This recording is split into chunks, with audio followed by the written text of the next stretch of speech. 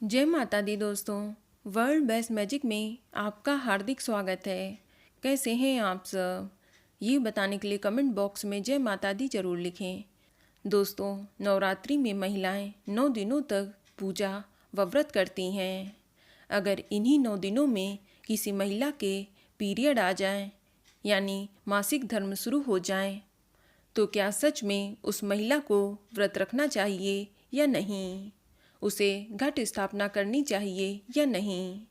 कुछ महिलाएं इन 9 दिनों में दुर्गा सप्तशती का भी पाठ करती हैं, तो वे इन दिनों में अपने पाठ को कैसे करें? या आपको नवरात्रि के आखिरी दिनों में यानी अष्टमी नवमी को अगर पीरियड आ जाए तो आप कैसे हवन और कन्या पूजन करेंगी? ये सभी सवाल महिलाओं के मन में उठते हैं कि वे क्या करें और कैसे करें, क्योंकि माता रानी का ये 9 दिनों का पर्व है। तो स्वाभाविक है कि जिन महिला की पीरियड की डेट है तो वह इस परेशानी में पड़ सकती हैं। तो आज मैं आपको इस वीडियो में यही बताऊंगी कि यदि किसी महिला को नवरात्रि के इन 9 दिनों में पीरियड आ जाए तो वह व्रत और पूजा कैसे करें, वह किन नियमों का पालन करें जिससे कि वह अपने नवरात्रि के व्रत को निर्विघ्न पूर्ण कर सकें। लेकिन वीडियो स्टार्ट करने से पहले आपसे रिक्वेस्ट है कि अगर अभी तक आपने हमारे चैनल वर्ल्ड बेस्ट मैजिक को सब्सक्राइब नहीं किया है तो जल्दी से सब्सक्राइब करके बेल आइकन दबा दें। साथ ही इस वीडियो को लाइक करें और ज़्यादा से ज़्यादा शेयर करें। तो आइए शुरू करते हैं। दोस्तों, नवरात्रि व्रत का हिंदू धर्म में बहुत अधिक महत्व है।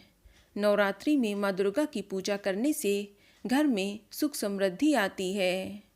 नवरात्रि के दौरान 9 दिनों तक व्रत किया जाता है।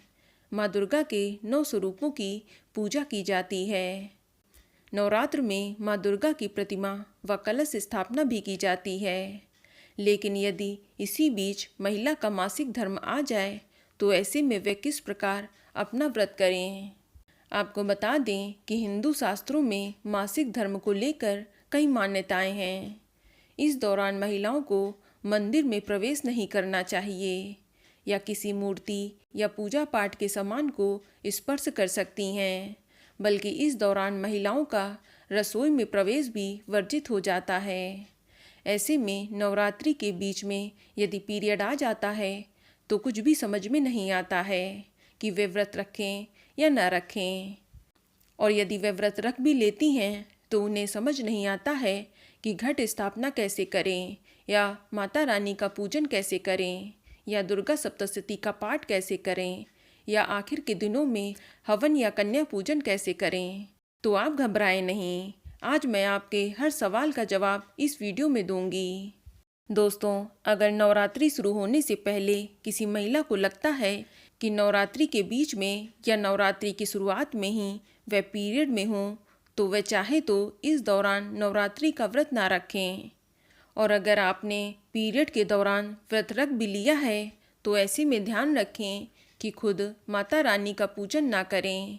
आप घर के किसी भी सदस्य से अपनी पूजा करवा सकती हैं, लेकिन आप पूजा पाठ के किसी भी सामान को हाथ नहीं लगाएंगी। दोस्तों, यदि आप नवरात्रि से पहले ही पीरियड से हैं और नवरात्रि के पहले दिन आपको पूजा नहीं करनी है तो ऐसे में आप व्रत रखें, लेकिन अपने हाथों से कलश की स्थापना न करें। ऐसे में आप अपने घर के किसी भी सदस्य से कलश की स्थापना करवा सकती हैं या किसी ब्राह्मण से भी कलश स्थापना करवा सकती हैं। और लास्ट के नवरात्रि तक आपके पीरियड ठीक हो जाएंगे तो आप सिर धोकर स्नान करें, उसके बाद अपनी पूजा स्टार्ट कर सकती हैं। और यदि आप नवरात्रि में दुर्गा सप्तशती का पाठ करती हैं तो जब आप पीरियड में हों तो इन दिनों में आपको स्वयं दुर्गा सप्तशती का पाठ भी नहीं करना है। आप चाहें तो घर के किसी सदस्य से दुर्गा सप्तशती का पाठ सुन सकती हैं, या जब आपके पीरियड बंद हो जाएं नवरात्रि के बचे हुए दिनों में अपना दुर्गा सप्तशती का पाठ पूरा कर सकती हैं। यही सही रहेगा।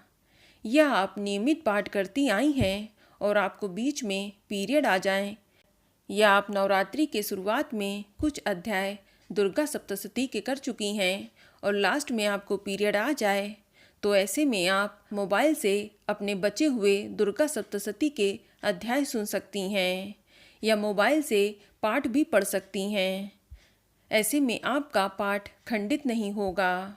और यदि आप अखंड ज्योति जलाए हुए हैं या आप अखंड ज्योति जलाती आई हैं तो ध्यान रखें, ऐसे में आपको अखंड ज्योति को स्पर्श नहीं करना है। आप उसकी देख रेख अपने घर के किसी सदस्य से करा लें और जब आपके पीरियड बंद हो जाएं तो आप स्वयं अखंड ज्योति की देखभाल करें। और यदि आपको आखिर के दिनों में पीरियड आ जाए यानी अष्टमी नवमी के दिन पीरियड आ जाए तब भी आप परेशान ना हों। आप अष्टमी नवमी का हवन किसी ब्राह्मण को घर बुलवा के करवा सकती हैं या आप अपने घर के किसी भी सदस्य से हवन करवा सकती हैं।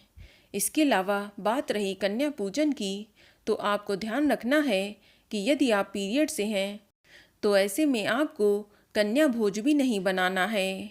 आपको भोजन की कोई भी सामग्री स्पर्श नहीं करनी है। आप अपने घर के किसी और सदस्य से कन्या भोज बनवाकर कन्या पूजन कर सकती हैं।